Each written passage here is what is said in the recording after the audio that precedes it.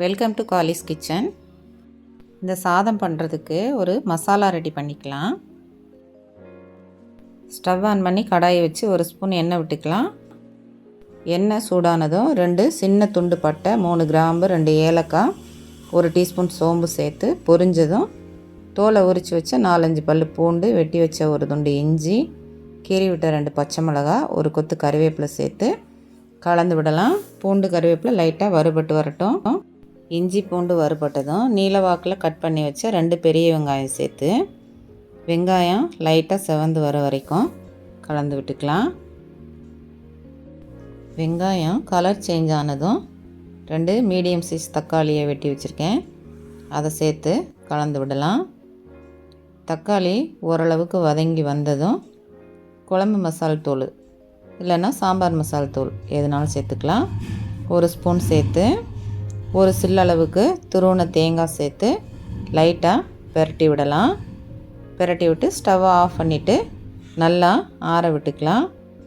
ஆறின பிறகு ஒரு மிக்ஸி ஜாருக்கு மாற்றி கொஞ்சம் கொரகொரப்பாக அரைச்சி எடுத்துக்கலாம்.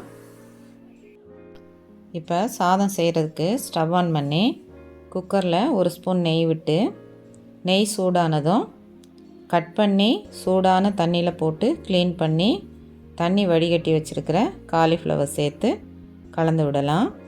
இந்த காலிஃப்ளவர் நெய்யில் லைட்டாக வதங்கினதும் சாம்பார் தூள் 3/4 ஸ்பூன் சேர்த்துக்கலாம். காரம் அதிகமாக வேணும்னா தனி மிளகாத்தூள் கூட நீங்கள் சேர்த்துக்கலாம்.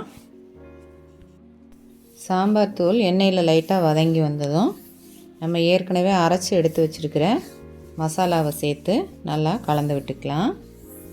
அடுத்து இதோட நல்லா கழுவிட்டு 20 நிமிஷம் போல் ஊற வச்சு தண்ணியை வடிகட்டி எடுத்து வச்சுருக்கிற 1 டம்ளர், அதாவது ஒரு 300 கிராம் அளவு இருக்கும், அந்தளவு பாஸ்மதி அரிசியை சேர்த்து 1.5 டம்ளர் தண்ணி சேர்த்து நல்லா கலந்து விட்டுக்கலாம்.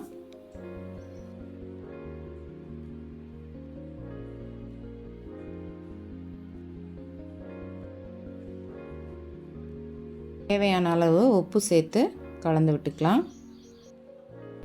இப்போ பாருங்கள், இந்த அளவுக்கு ஒரு கொதி வரணும்.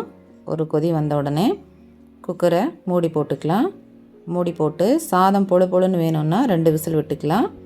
எனக்கு கொஞ்சம் குலைவாக வேணும், அதனால் 3 விசில் விட்டுக்க போகிறேன்.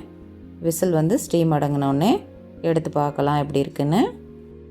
இப்போ ஸ்டீம் அடங்கிருச்சு, எடுத்து பார்க்கலாம். பாருங்கள் சாதம் எப்படி வந்திருக்குன்னு.